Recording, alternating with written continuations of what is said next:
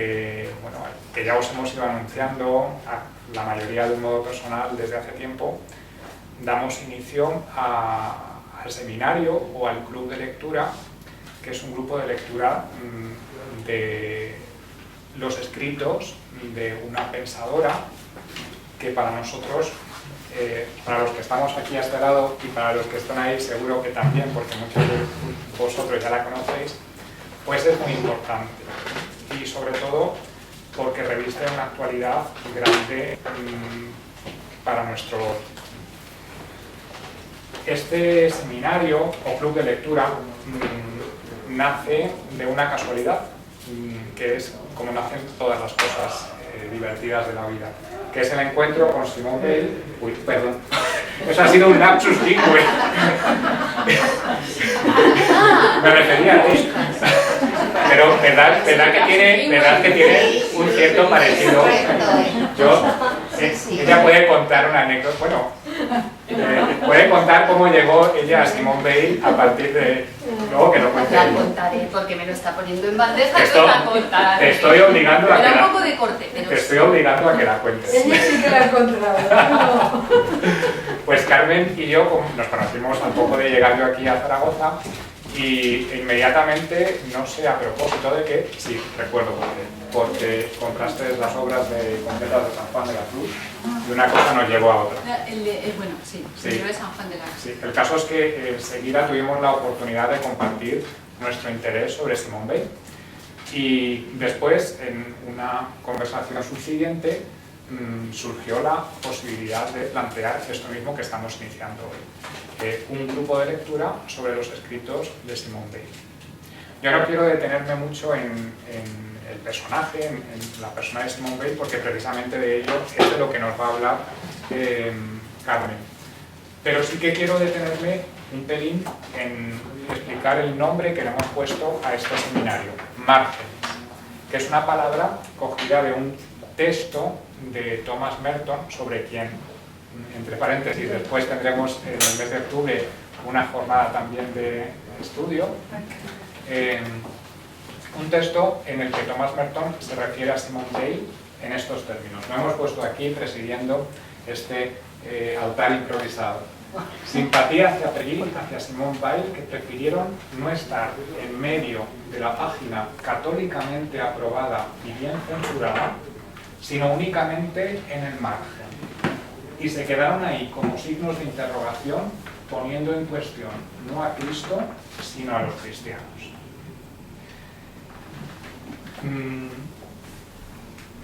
No es necesario explicar nada. Simone Weil es una persona que ha atraído a muchísimas sensibilidades y perspectivas, personas que se aproximan a su obra de motivaciones diversas, precisamente debido al carácter, podemos así decirlo, poliédrico de su obra, que se manifiesta igualmente en su biografía. Su periplo vital es apasionante, a pesar de que se trata de una mujer que vivió 34 años. Yo ahora sencillamente les voy a presentar a Carmen, para quien no la conozca, que ya he dicho que es una apasionada de Simone Weil, que pertenece precisamente a la Asociación para el Estudio de Simone Weil de Francia. Ella actualmente es profesora del CRETA y de la Universidad de San Jorge, y también forma parte de un modo muy activo del Instituto Mounier, que es un instituto de estudio y difusión del personalismo. Ella es directora además de la colección Persona, que son estos libritos que los libritos blancos. La otra colección es Sinergia, también son publicaciones del Instituto Mounier. Ya apunto que los que hemos puesto ahí, oye, no contábamos con estas azafatas improvisadas, pero gracias Pilar.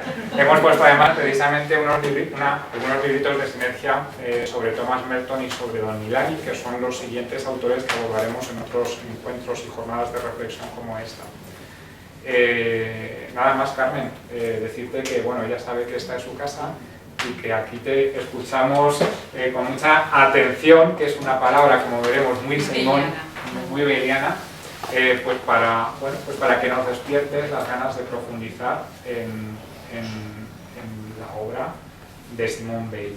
Esta no es una conferencia al uso, en el sentido de que yo le dije a Carmen, lo que tienes que hacer es comernos el coco. Es decir, tienes que meternos el gusanillo para bueno, pues leer a Simone Weil y hacerlo pues durante al menos este curso, ¿no? Vamos a ver lo que si pensamos que merece la pena, que es un personaje apasionante, de una actualidad sorprendente, porque nos revela dimensiones del presente inauditas. Así que, Carmen. Bueno, pues gracias, Juan. Muchas gracias a todos ustedes por estar aquí.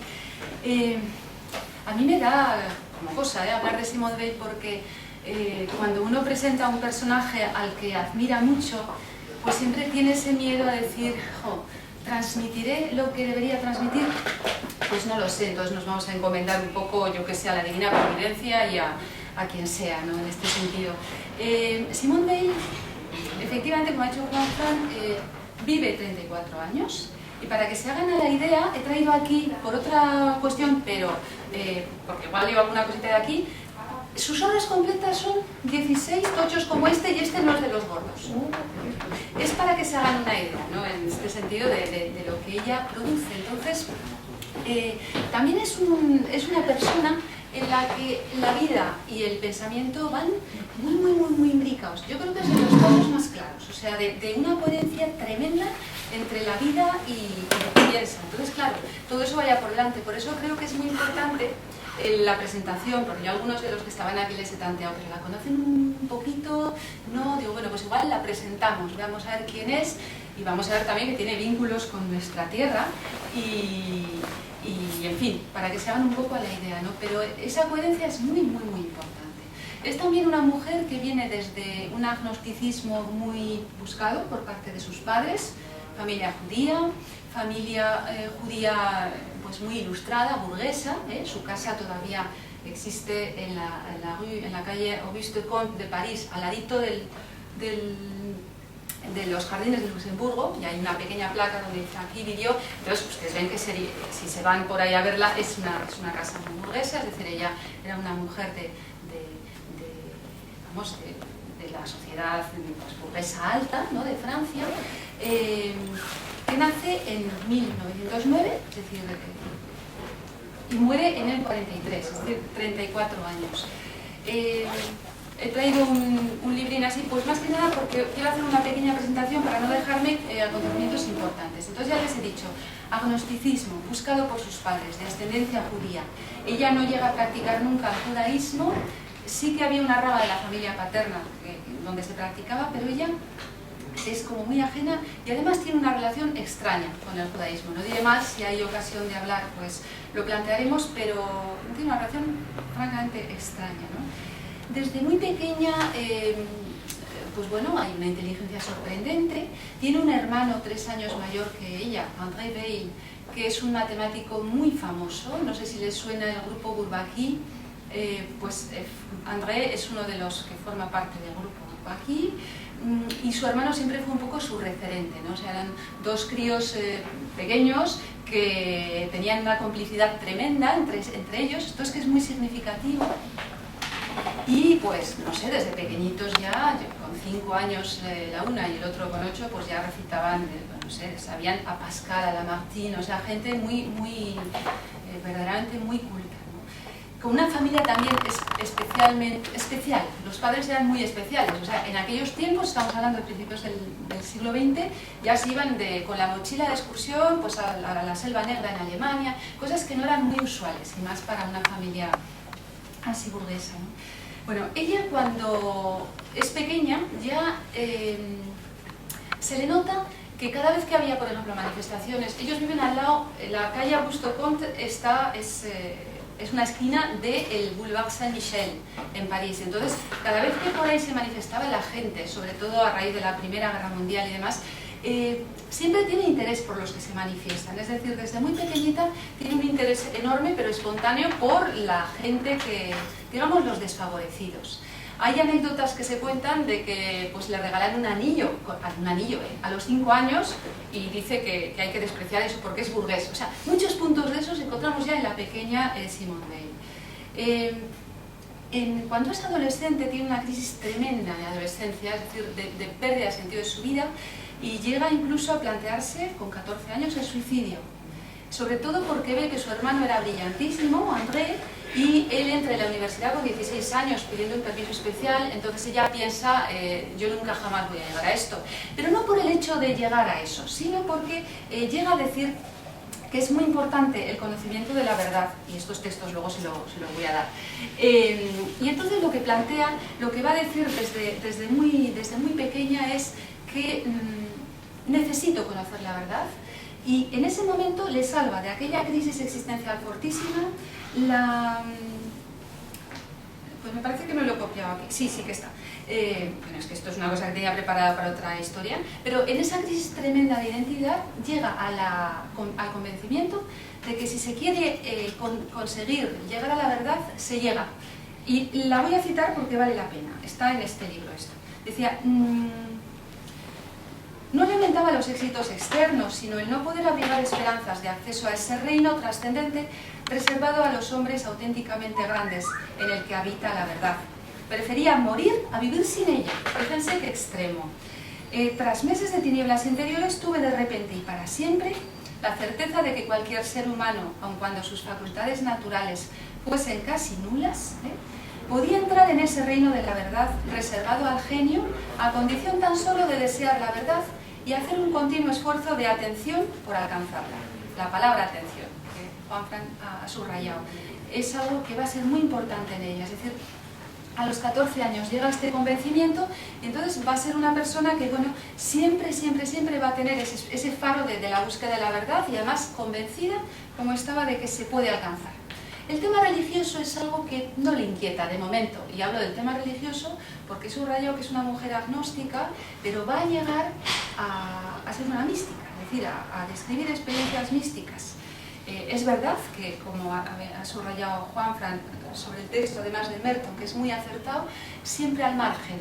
Ella no entrará nunca en la iglesia, pero no entrará porque no querrá quedarse en el umbral. Un poco la posición que tuvo, por ejemplo, el filósofo Bergson también, ¿no? Que no quiso dar el paso de bautizarse, pues un poco por solidaridad con su pueblo. En su caso no es por solidaridad con su pueblo, pero sí por pensar en toda la gente marginal y toda la gente que no conocía, ¿no? Bueno, vamos a seguir un pelín. Entonces, importante la experiencia de los 14 años. Ya desde cuando está en el instituto, crea, por ejemplo, una liga que se va a llamar para los caballeros de la table ronde, de la mesa redonda, pues para ayudar a gente necesitada, es decir, eso espontáneamente en el instituto. Y también llega a formar, con otros compañeros, pero a instancias suyas, una especie de escuela de formación para los ferroviarios de París. Es decir, fíjense que esta atención siempre a los más desfavorecidos está siempre presente, y además suele enrolar a sus padres y a su hermano en estas historias. Bien, empieza a entrar en la escuela normal en 1928. La escuela normal, ya saben que es una escuela donde se preparaban para enseñar, y ella lo que va a hacer es filosofía, es decir, los estudios de filosofía.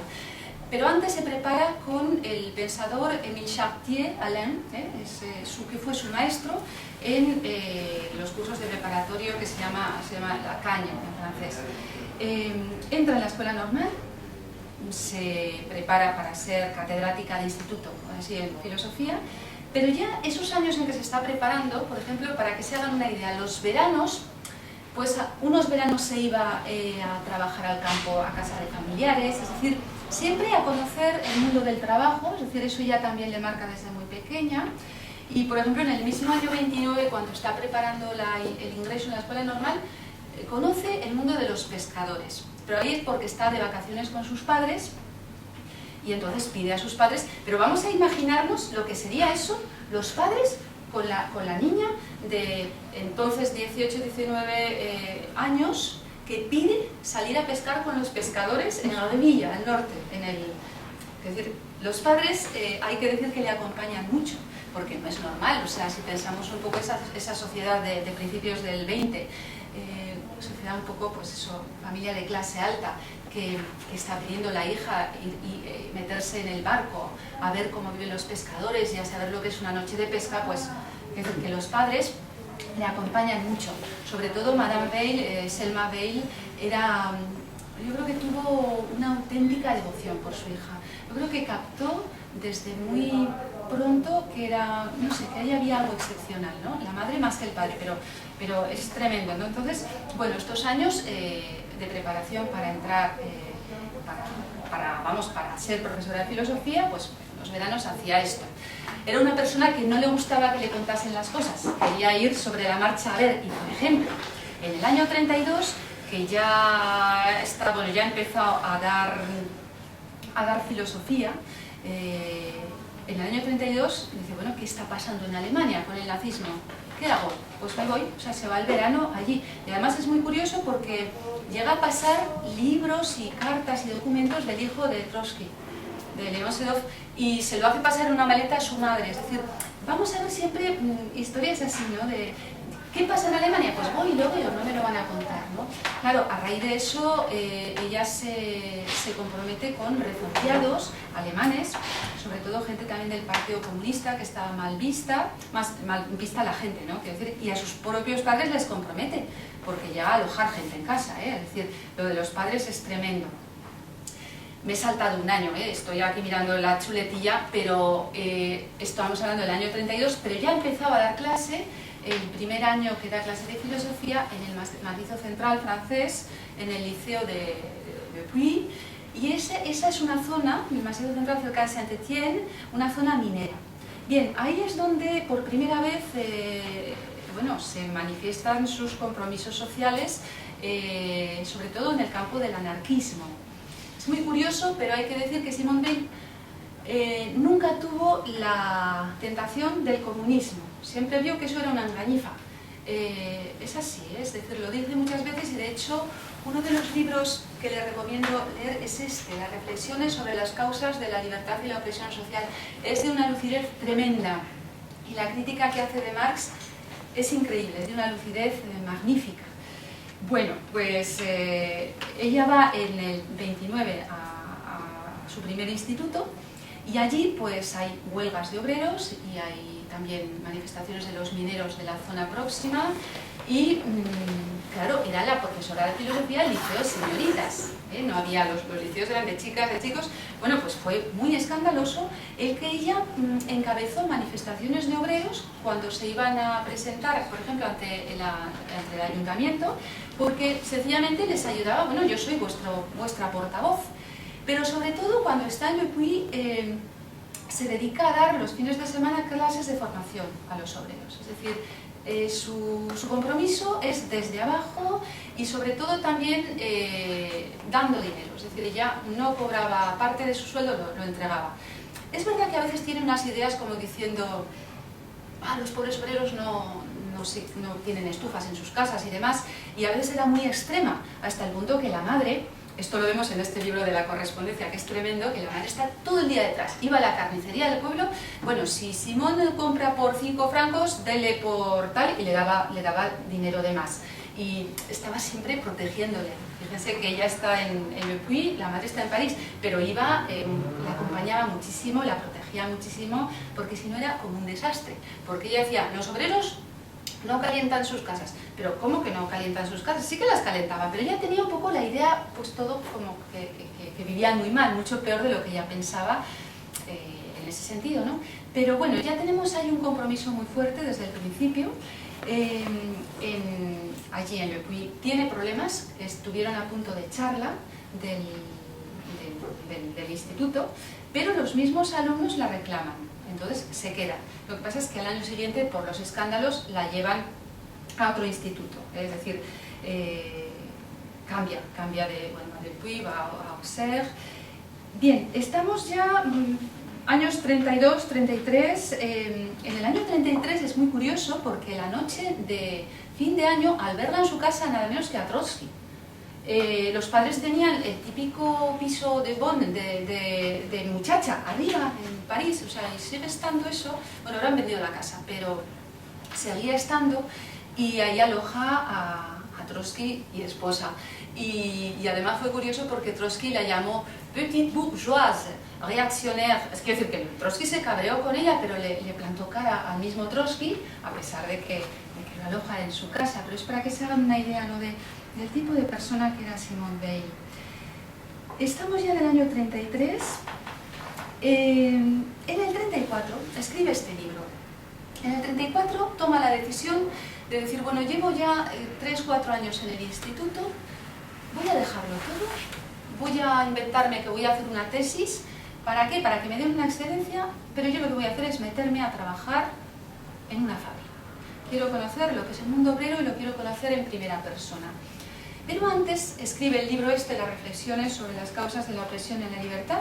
Es una reflexión muy lúcida, ella lo consideró siempre su gran obra, no lo vio publicado, pero ya les digo que, bueno, si tienen ocasión, léanlo. Porque es ahí donde un poco desenmascara todo el tema del comunismo y demás. Ella militaba en organizaciones anarquistas, no comunistas, siempre estuvo muy cercana en la CGT, es decir, en las organizaciones anarquistas de la enseñanza, y ahí fue muy militante. Y luego, sobre todo, con los obreros en un cara a cara, ¿no?, de mano a mano. Bueno, pues en el 34 escribe esto. Ya a finales, a primeros de diciembre, pues lo que hace es buscar trabajo, o sea, pedir la excedencia, y se va a trabajar en varias fábricas. Pasa unos cuantos meses hasta agosto del 35 trabajando en diversas fábricas. Ella era bastante torpe con las manos, entonces ahí vive pues una experiencia muy dura, que la derrota, ¿no? O sea, porque trabajaban y ganaban según piezas hechas, y ella era torpe, entonces ganaba poco, y claro, con una mujer tan extrema, por supuesto dejó la casa de sus padres, donde vivía en París, y se fue pues a la guardilla típica del barrio cercano, del barrio obrero. Entonces era tan extrema que si algún sábado iba a comer a casa de sus padres les pagaba la comida, pero los padres aceptaban eso, es decir, la sobreprotegían pero la respetaban un montón. Su madre, en este sentido, creo que lo que les he dicho, ¿no?, vio que ahí había algo más, ¿no? Bueno, en el año 35 pues vive toda la experiencia obrera. Tiene un diario de la fábrica que es terrible. Ella se imaginaba pues que se iba a encontrar un mundo como muy bucólico, muy ideal, ¿no?, el mundo obrero. La cosa no era así, ¿no? Es decir, bueno, lo pasa muy mal, sufre mucho, y ella, que no era una persona con gran salud, pues llega a agosto del 35 hecha polvo. Ese agosto del 35 es muy curioso porque ella va a ir con sus padres a Portugal. Justo antes, los padres pasan por Zaragoza. Y he traído aquí un texto que, bueno, si da tiempo luego lo leo, porque los padres pasan por España, pero Simón todavía no había llegado, pero los padres le escribían casi a diario. Entonces le cuentan cosas, historias de lo que sucede aquí en Zaragoza, y para que se hagan a la idea, primero, acaban de estrenar hacía poco la estación de Canfrán. Entonces pasan por Canfrán y se encuentran ahí un sarao y una fiesta, y al día siguiente intentan pagar en el hotel de la estación y nadie les cobra. Entonces van a coger el canfranero, el tren, y ellos decían, pero que no nos han cobrado. Les dicen los guardias, pues da igual, la pensé, porque allá había semejante sarao que eso es muy significativo. Y cuando llegan a Zaragoza, pues se alojan en un hotel que no dice el nombre, pero se encuentran que había una chinche. Y entonces, horrorizada la madre, dice, hay que buscar otro hotel, y se van al Gran Hotel. Y de hecho la carta, si la quieren ver, está desde el Gran Hotel, donde les habla de que Zaragoza les parece una ciudad muy bonita, dice que tiene ramblas y dice unas cosas muy mágicas del Pilar, ¿no? O sea, como ellos eran judíos agnósticos, pero la Madame Weil llega a decir casi que dan ganas de hacerse católico viendo esta basílica, en serio, luego lo miramos. Pero estamos eso, en el año 35, ella está todavía acabando toda esta historia de la fábrica, y entonces ellos pasan por Madrid, van a Portugal, y ella les encuentra en Portugal, exactamente no sé dónde, pero ya les digo que es muy fácil reconstruir todo eso porque se escribían continuamente, los padres y ella. En Portugal es donde se va a encontrar, va a tener un primer encuentro con el cristianismo, es decir, se encuentra en la fiesta de septiembre de la Virgen, en un pueblecito cerca de Viana do Castelo, donde hay una procesión entre las barcas, y allí llega a decir, no sé si tengo el texto, pero bueno, llega a decir que el cristianismo lo ve como la religión de los esclavos. Y dice, no, esto no está. Dice, es la religión de los esclavos y yo la primera entre ellos. O sea, le da un punto muy raro al cristianismo porque le conmueve aquellos cantos que dice que parecían los cantos de los pescadores del Volga y le impresiona. Es la primera vez que tiene un encuentro con el cristianismo. Ella, el tema de Dios, hasta ahora decía, yo no lo toco porque me parece demasiado importante para tocarlo de cualquier manera. Entonces, de momento, es un tema que, bueno, a veces hablaba con sus compañeros, pero es un tema, no lo toco, ¿no? Pero ahí eso le impresiona. Ella estaba muy hecha polvo, es decir, marcada por ese estado tremendo, ¿no? de estar hecha polvo. Entonces, bueno, ahí queda el primer encuentro con el cristianismo, acaban las vacaciones, estamos ya en el año 35. Ese invierno tiene una baja porque ella tuvo un problema de unos dolores de cabeza tremendos, por una sinusitis larvada, pero llegaron a pensar que tenía un tumor. Y nos encontramos que el año 36 es el año del Front Popular en Francia, pero también el año de la Guerra Civil Española. Entonces, primero se entusiasma muchísimo con todo el movimiento revolucionario francés, pero cuando estalla la Guerra Civil Española, dice que se viene a España.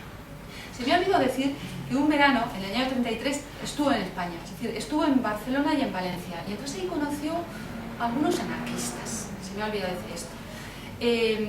Por eso, en el año 36, cuando estalla la guerra, dice, yo no puedo quedarme en la retaguardia, tengo que irme a España, porque me parece que aquí hay una cuestión de injusticia, hay dos bandos, pero yo quiero que gane uno. Claro, para ella el gobierno legítimo era el gobierno de la República. Bueno, el caso es que estamos a primeros de agosto y encontramos que, no sabemos si el 8 o el 9 de agosto, pasa la frontera de Portbou en España y se va a Barcelona, donde reencuentra a sus amigos anarquistas que había conocido en el año 33. Los pobres padres. Yo siempre subrayo lo de los padres porque es que es para pensar cómo estos padres la entienden, ¿no? Porque los pobres padres, horrorizados, van detrás. Es decir, ella pasa la frontera el día 8 o 9 de agosto del 36 y los padres llegarían pues una semana después. ¿Y qué hace desde Barcelona? Bueno, pues ahí se alista en la FAI, pero vamos, concretamente va al POUM, al Partido Obrero Unificado Marxista, y a la semana nos la encontramos en Pina de Ebro, aquí, con la columna de Urruti en Pina. Yo he estado varias veces a husmear a Pina y bueno, el año pasado de vez en cuando voy por ahí, ¿no? Y en la Semana de la Mujer y por ahí pues hablamos un poco. Y el primer año que fui me llamó la atención porque hubo así como mucho llenazo y hay una persona con la que hablaba más y me decía, el tema de la guerra está muy complicado, ¿no? Pero yo recuerdo que había una persona muy mayor que decía, sí, yo me acuerdo de las rusas, les llamaban las rusas porque era la columna de Urruti, había mujeres. Y yo en tiempos que trabajé en Fraga, conocí a uno que había estado de puesto de no sé qué, de mando con estos, o sea, con el Ejército Rojo Republicano en Bujaraloz. Y también se acordaba de que ella había mujeres. Pero bueno, no llegaba a saber más. En Pina de Ebro, bueno, está prácticamente una semana, un poquito más, porque ella era bastante miope, entonces metió el pie en una sartén de aceite hirviendo y se hizo una quemadura tremenda que, claro, les dio mucho miedo el decir, bueno, esta se le va a gangrenar la pierna, entonces decía que el médico era pues el barbero, como eran los practicantes antes, y les dio miedo, entonces la envían a Barcelona de nuevo. Y menos mal, porque su padre está, imaginaos, ¿no? Los padres horrorizados, o sea, se nos ha ido al frente. Ella intentaba, además, fíjense que era entonces cuando había desaparecido, ¿quién era? Maurín, que encontraron luego desollado el cadáver, uno de la FAI, pues quería ir a Galicia a buscarlo. Pero anda que no cantaba, quiero decir, ella que no hablaba español, lo leía, pero no lo hablaba y todo eso, pero siempre con esa especie de arrojo tremendo, ¿no? Bueno, pues está muy poquito tiempo en Pina, hay un diario de guerra que es impresionante, pero ella ahí empieza a ver cosas que no le gustan. Es decir, ¿pero esto qué es? Es decir, yo me junto con mis camaradas y están hablando si me he cargado a tantos fascistas o a tantos... Se horroriza de eso, es decir, no le gusta. Y, en fin, sale un poco mal de Pina. Hay cosas que cuenta pues, de camaradería y demás. Está a punto de ver matar a un cura. Entonces todo eso le desconcierta. ¿Qué es esto? aquí se va a matar a la gente. Bueno, ella vuelve, estará como un mes en Sitges, en un hotel que se habilita como hospital, y ahí le cura el padre. Entonces vuelve a Francia pues en septiembre del 36, pues un poco espantada, ¿no? Al principio sí que llegó a ponerse el traje de miliciana. Es muy curioso porque hay una foto, no está aquí, pero hay una foto de Simone Veil llevando un fusil en Barcelona, y Jiménez Lozano, José Jiménez Lozano, el escritor, premio Cervantes, que es muy admirador de Simone Veil, dice, seguramente es la única foto en la que un místico lleva un arma. Es verdad, o sea, hay una famosa foto, luego la miramos, está por ahí. Está en el libro de La Fiori. Ah, en el de La Fiori. Lo tengo arriba, no lo busco. Bueno, tenía que haber pensado yo. Pero bueno, es igual, que ya iremos viendo, ¿no?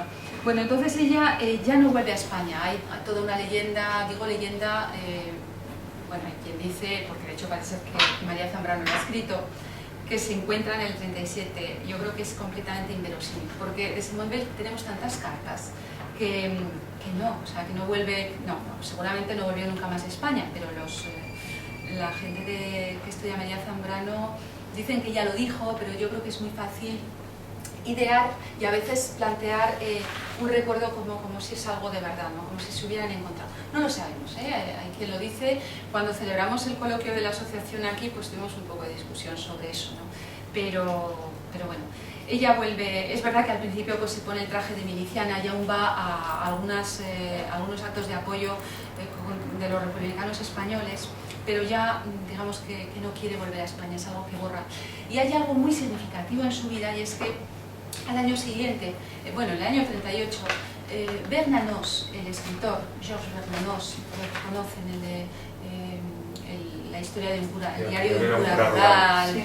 Pues Bernanos, que estaba en España, en Mallorca, precisamente de corresponsal de Francia, de corresponsal de periódico, que además tiene a 2 hijos que se hacen falangistas en la guerra, escribió un libro que se llama Los grandes cementerios bajo la luna, y lo publica en el 38.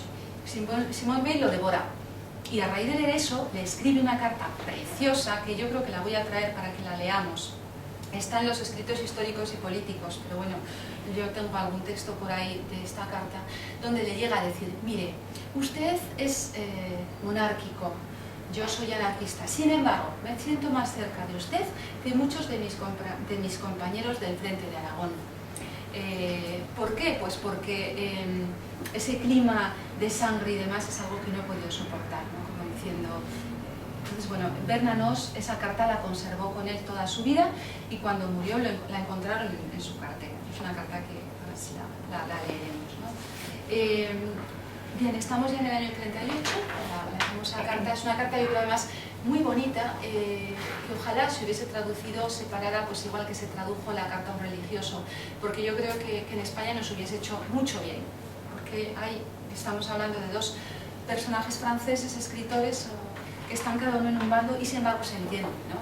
Mientras que, o sea, bueno, yo creo que es una carta importante para nuestro tema de reconciliación.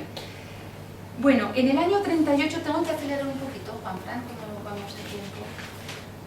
Nada, lo dice todo. No. Mirada lo dice todo, pero... No, pero yo creo que estamos encantados de escucharte. Lo que podemos hacer, si me ocurre, por ahora, sí. Este recorrido biográfico, sí. Y después quizá en el diálogo podemos hablar un poquito de los temas de su pensamiento. Sí que también pensaba, pero es que... Por eso. Bueno, año 38 tiene otro segundo encuentro con el cristianismo importante en la abadía de Solesmes. Pero aquí dice que ya no se encuentra con el cristianismo, sino con el mismo Cristo.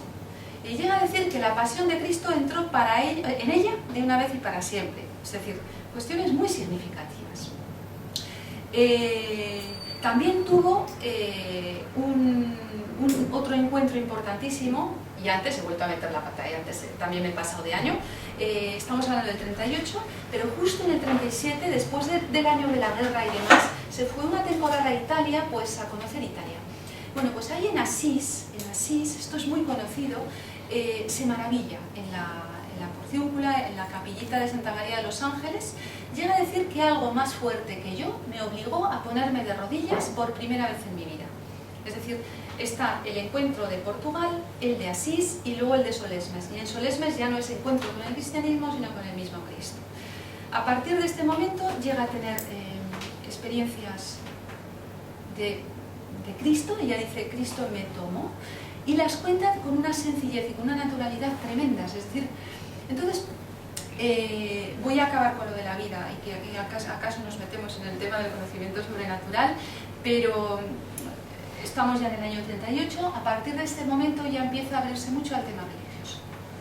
Primero desde la razón, ¿no? Pero yo creo que es una mujer que, precisamente por esa atención tremenda y por esa búsqueda de la verdad, que es algo que le marca tanto, pues ella se abre a la realidad. Podemos decir que es una mujer que se abre a lo real. Y estamos ya a las puertas de la Segunda Guerra Mundial. Empieza en el 39 la guerra, en el 40 París es declarada ciudad abierta. Bueno, si esto sucede el 14 de julio, 14-15 de junio, Simón y sus padres se van con lo opuesto a Marsella porque ven un poco la que se les viene encima, que los nazis entran poco después y ellos, claro, son judíos, ¿no? Entonces hacen varias estaciones, quiero decir, no llegan directamente a Marsella, pero se instalan unos años en Marsella. André, su hermano, estaba ya en un periplo, pero logra irse a Estados Unidos. Y claro, lo que va a hacer es prepararles el camino para que vayan, porque claro, a Simone Weil, cuando salen las leyes de Pétain, le prohíben incluso dar clase. Ahora hemos tenido unos años en que ha estado con muchas bajas por el problema de los dolores de cabeza, que llegaron a pensar, ya les he dicho, que era un tumor, ¿no? Entonces, los años de Marsella, es decir, el 40, 41 y parte del 42, ella va a tener unos encuentros muy significativos con un dominico, Joseph-Marie Perrin, que bueno, es quien un poco le abre toda la cuestión de la visión del cristianismo, porque ella, aunque empieza a conocer todas las religiones, y hay que decir, y es de justicia decir que es sobre todo la biógrafa, no está aquí el libro, pero bueno, es Simone Petromont, su biógrafa, la que le abre ese camino, es decir, porque ella estudiaba mucho las religiones occidentales y demás, entonces es ella la que le pone la pista, pero de alguna forma hay una creencia especial por el cristianismo. Pero ya a esos años va a leer pues incluso los textos, aprende sánscrito, para que se hagan una idea, ¿no? Los textos hindúes, los grandes textos de las tradiciones orientales, pero ella va a querer centrarse más en Cristo y el cristianismo, porque las experiencias místicas que tienen son con el mismo Cristo. Entonces con el padre Perrin hay todo un diálogo importantísimo, y el padre Perrin le va a llevar para que trabaje en el campo a casa de Gustave Thibon, el filósofo pensador, quien, bueno, en fin, al principio está desconcertado con esta mujer, pero bueno, al principio no se entienden, pero luego se entienden muy bien, y va a ser Gustave Thibon quien le hable por primera vez de San Juan de la Cruz, y es que tenía que nombrarlo porque, o sea, ella lee muy poco a San Juan de la Cruz, pero capta muchísimo a San Juan de la Cruz. Entonces, bueno, esos años es ya meterse en la vía de la experiencia religiosa y de la experiencia mística, ¿no? Habría mucho más que decir, pero ya son cosas puntuales de su pensamiento. En el año 42 logran por fin un visado para Estados Unidos, entonces se embarcarán en el verano, en mayo del 42. Ella deja casi todos sus escritos al padre Perrin, al dominico y a Gustave Thibon.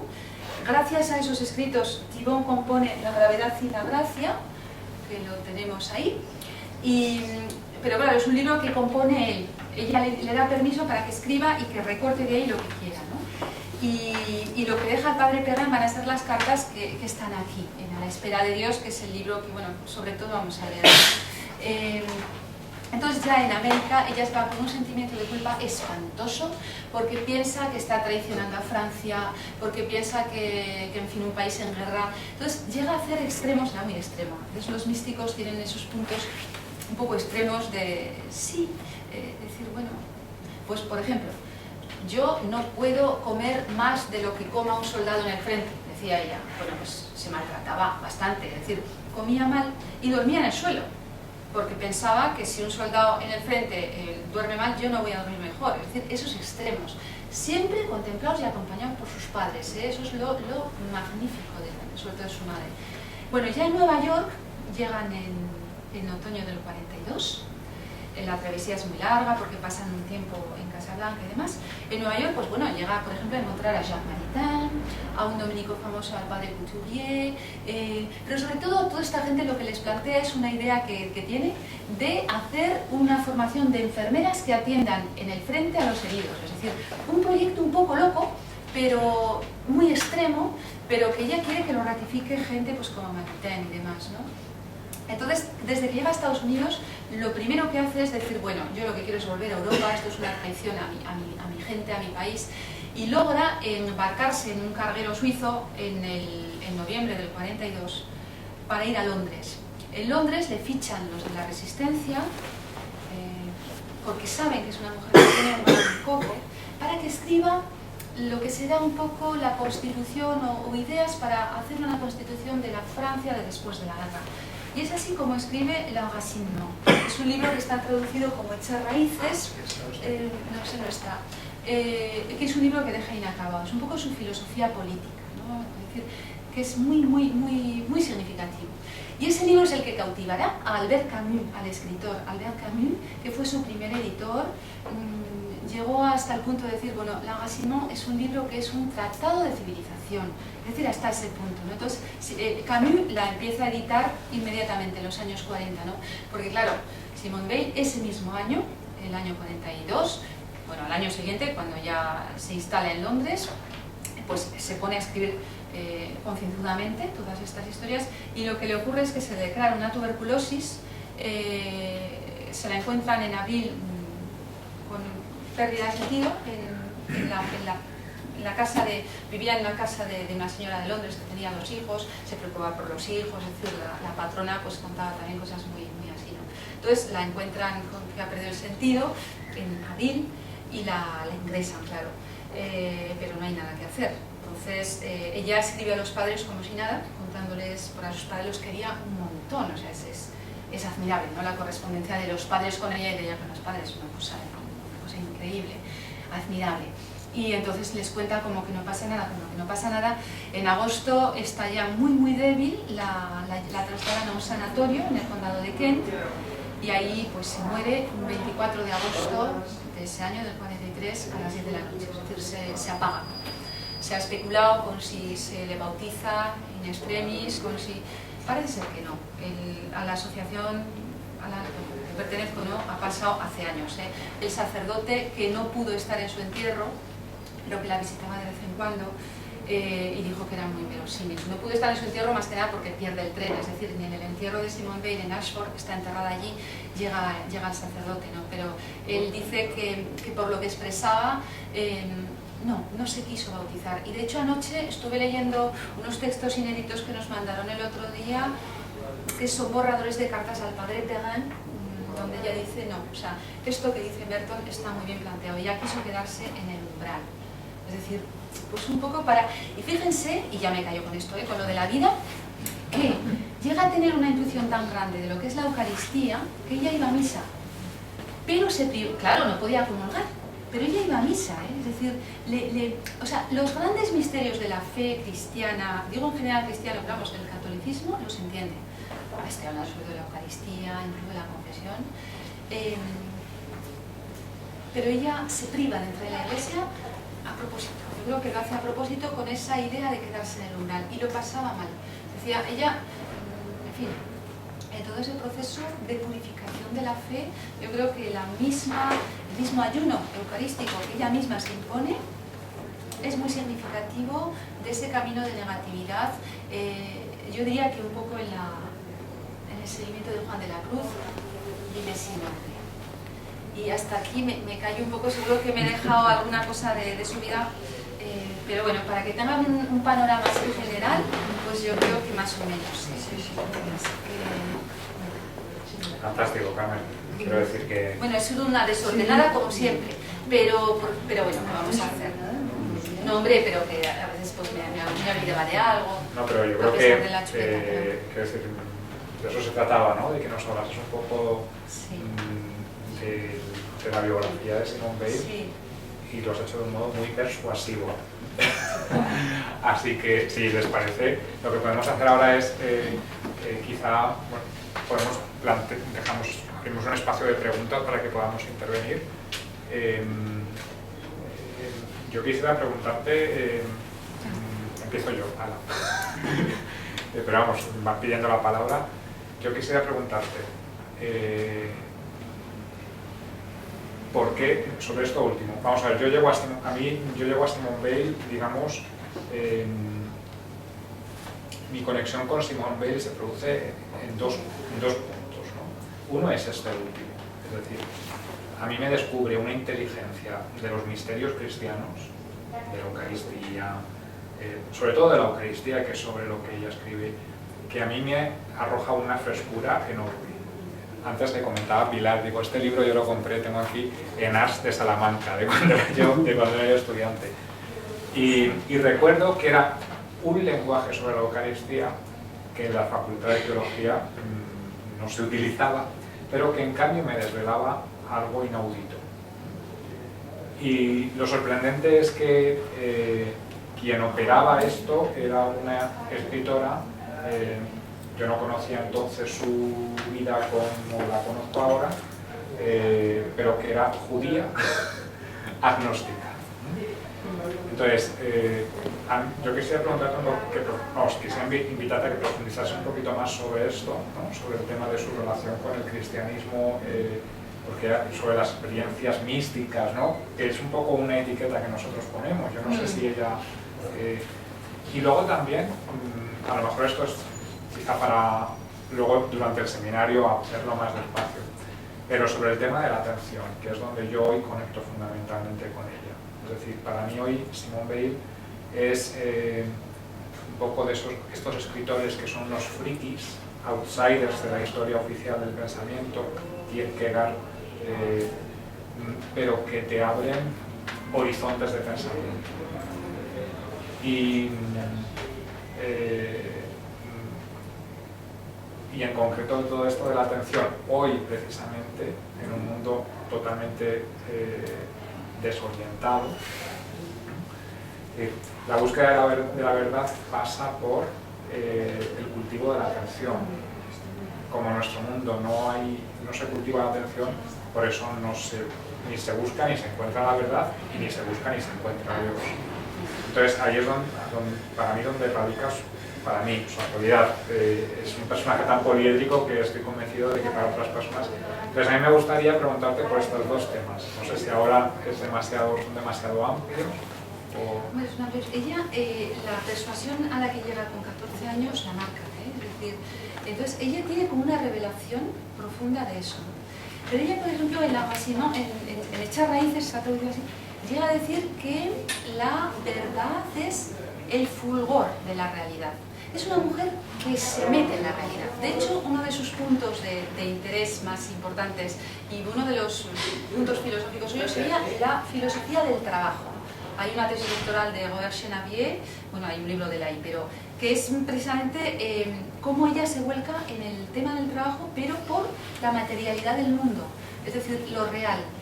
En este sentido, ella es cartesiana, habla del bastón del ciego, ¿no? Que toca la materia, ¿no? Entonces, se vuelca en la realidad, pero desde lo material, pues la realidad no deja de ser material, aunque precisamente hablará del trabajo para el conocimiento de la realidad, de la parte material, pero ella está convencida de que hay un conocimiento sobrenatural.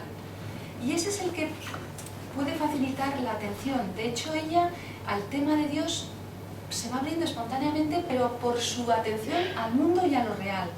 Por eso está convencida de que la verdad es ese fulgor de la realidad, ¿no? Entonces yo creo que llega por ahí, y además está convencida de que, por ejemplo, ella, su hermano André, es muy importante porque ella se iba a veces con los Bourbaki, con el tema de las matemáticas, se mete a estudiar la física cuántica, es decir, bueno, el tema de la ciencia es impresionante en ella, y está convencida de que una fórmula, yo qué sé, de una integral de matemáticas, tú la acabas entendiendo a fuerza de atención. Esto es un poco, nos resultará raro, pero está convencida, es decir, que está convencida quizá de la fuerza, ¿no? de la potencia del espíritu humano cuando es capaz de abrirse a todas las dimensiones y especialmente también a esa dimensión sobrenatural que a ella se le presenta como algo con lo que no había contado jamás. Entonces, no sé si te respondo, porque sería la cosa así tremenda, ¿no? Y con el tema, dices, bueno, de la Eucaristía y demás, es que capta, yo creo que es que hay una captación intuitiva de esas cuestiones, ¿no? Es decir, ella está, o sea, ella tiene un planteamiento de Dios muy extraño, cabalístico, eso viene de la cábala, pero ella no lo conoce. Como que Dios es un Dios que no es fuerte, sino que su poder quizá está en hacerse débil. Entonces, el hecho de que Dios se encarne en un pedazo de pan es algo que lo siente como tan verdadero, tan verdadero, tan verdadero, que no, como diciendo, no me preguntes más, no me pidas más, ¿no? Es decir, eso tiene que ser verdad. Y Sí. claro y distinto, porque era cartesiana, y eso sería...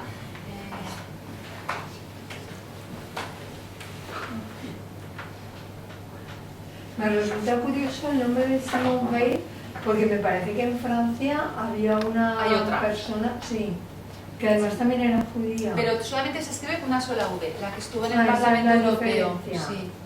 Sí. No tiene nada que ver. No, esta se escribe con V. Y no, porque además estuve hurgando eso, porque yo tenía unos amigos en París que eran parientes de esta. Y además, bueno, no iba a contar anécdotas, pero soy un poco maruja con estas cosas de las anécdotas. No, bueno, pero que estos son judíos, pero a la hija, a Françoise, joder, la casó el padre Perrin. Entonces, cuando yo me entero del dominico, le casó a la hija de mis amigos. Entonces, o sea, que he podido hurgar un poco por esas cuestiones familiares y son distintas. Ellos eran parientes de la otra, de la Simone Weil. ¿Alguna cuestión? La relación con San Juan de la Cruz, su pito que puedes contar un poquitín brevemente. Lo conoce muy tarde, pero se apasiona y además bueno, yo ahora estoy leyéndola un poco en clave San Juan de la Cruz y leyendo a San Juan de la Cruz. De hecho, lo que les voy a dar, por traer algo, porque he hecho unas fotocopias, es una cosa que di el otro día en un asunto sobre mística, entonces verán que hay referencia a San Juan de la Cruz, ¿no? Pero es igual que con lo del pan de la Eucaristía, es decir, ve cosas que dice, ¡guau! Esto es, y apenas le da tiempo de leerlo, pero toda la cuestión en San Juan de la Cruz de la purificación de la fe, es decir, de una fe negativa, la nada, la noche, son símbolos que están muy presentes en ella y que los capta intuitivamente también. Entonces, eso lo tengo que trabajar mucho más. Ahí, bueno, eso es una cosa que ojalá pueda... Pero lo cita muchas veces, pero es solo al final de su vida, ¿no? Sí. Siento no poder decir mucho más, pero la parte esa de la fe negativa, de la fe purificada, increíble. Si os parece, explicamos un poquito cuál sería la dinámica del seminario, porque ya les decía que en realidad este encuentro es el punto de inicio para quien quiera continuar de una lectura que iremos haciendo de los escritos de Simone Weil. Ha adelantado Carmen que el libro en el que fundamentalmente nos centraremos es A la espera de Dios, ¿no? Porque posiblemente sea el más significativo y también donde podemos encontrar muchos puntos de conexión con los intereses, entiendo, de las personas que estamos aquí. Algunos de vosotros me comentabais, ya he leído el libro, no me he enterado de nada. Digo, mejor, mejor, ¿no? Si pensamos en hacer un seminario sobre Simone Weil es precisamente porque no es nada obvia. Es decir, son, lo decía antes, los pensadores que abren horizontes de pensamiento. Y precisamente por eso nos permite hacer una lectura y un aprendizaje grupal. Porque en la lectura y en el aprendizaje, en la lectura grupal nos iluminamos unos a otros, compartimos perspectivas que nos enriquecen y nos enseñan y nos abren precisamente a esas dimensiones que el texto nos puede ofrecer. Entonces, la dinámica sería la siguiente: nos juntaríamos una vez al mes.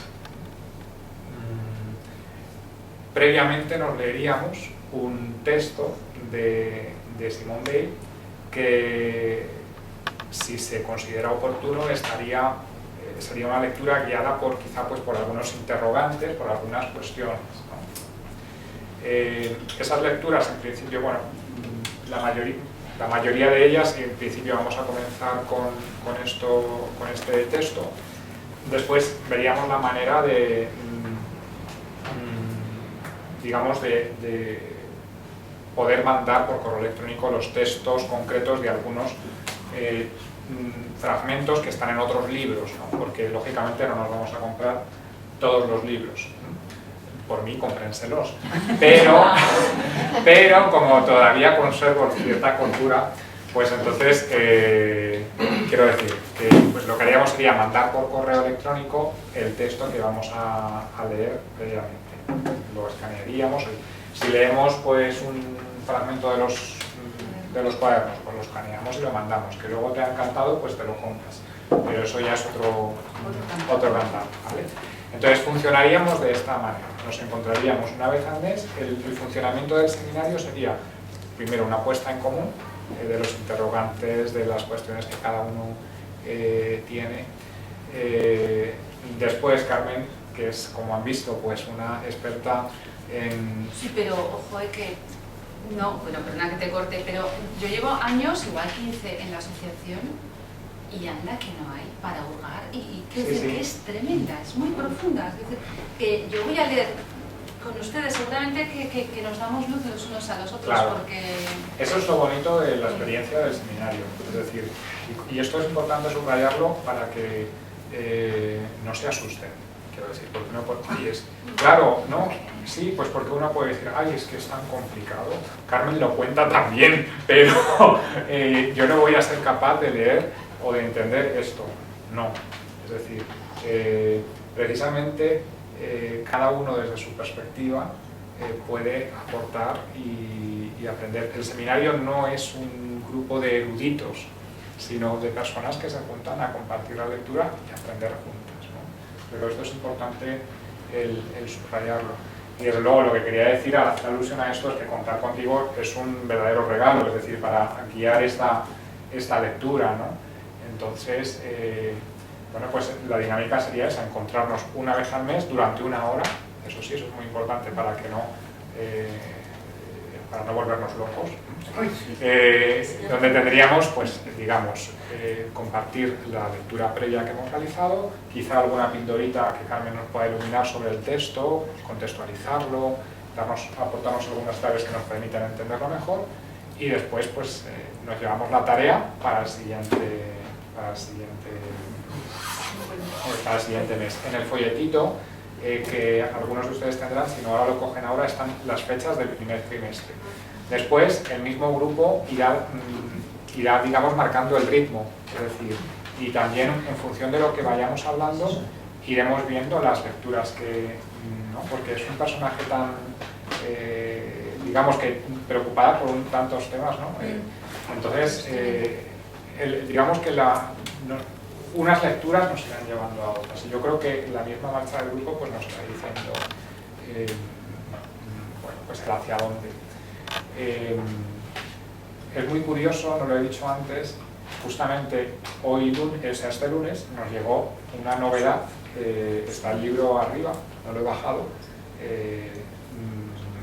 que es precisamente el libro, se llama Simone Weil, es un libro que escriben Gustave Thiebaud, el filósofo, y Perrin, el dominico, la Simone Weil que nosotros conocimos, ¿no? Y cuento esto como una anécdota que refuerza su actualidad, ¿no? Que justamente esta semana hemos recibido esa novedad, que es un texto que yo tengo muchas ganas de... Además en Francia ya no se encuentra, o sea, que lo hayan traducido aquí es muy significativo, ¿eh? Sí. Y bueno, no sé si tienen alguna pregunta sobre el funcionamiento del seminario, sobre... Aquí, como estamos aquí, nos juntaremos, quizá no pondremos esto tan bonito, pero nos pondremos nosotros, ¿no? Que cerraremos aquí abajo la librería, siempre a la misma hora. Gonzalo. claro para la primera reunión que se hace. Lo que tenemos que hacer es, eso lo decimos ahora. Eso. Me ha quedado claro que no sabía. Sí, habíamos quedado que íbamos a leer las cartas, las aspiraciones ante el bautismo o la autobiografía. La autobiografía. Eso es, la autobiografía, que está en la página 37. ¿Vale? Y ya está, ya hemos dicho. Sí, sobre todo eso, yo creo que con eso, igual les mandamos la carta a Belgranos. Vale, la escaneo perfecto. y todo eso, para que es. tengamos dos Eso, que nos has cuestiones hablado de, distintas. efectivamente, nos has Sí. hablado de la carta de Belgranos, Sí. que es muy interesante porque Sí. nos abre también a una cuestión muy... Sí. Sí. Otra visión. Y la autobiografía, bueno, es una forma de, es decir, cómo se presenta ella a Josep Marie Perrin, al padre Perrin, ¿no? Y es muy bonita, entonces hay algunas cosas de las que he dicho que están ahí pues mucho mejor contadas y desde sus propios adentros y todo eso, ¿no? Entonces puede ser así un primer...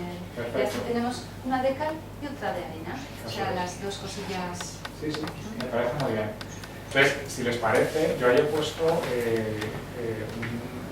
folio para que apunten su nombre y el correo electrónico. Tengo los correos electrónicos de muchos de ustedes, pero para mandarle los textos y bueno, para seguir cualquier comunicación sobre el seminario que sea necesario hacer. ¿Será siempre el miércoles? Sí, la idea es que sea siempre el miércoles, siempre... bueno, vamos a intentar en la medida de lo posible que sea el último miércoles de cada mes. Entonces, de hecho, las fechas que están puestas en noviembre y de octubre y de noviembre, que voy arriba a por los trípticos y se lo... Esto es por la pesada.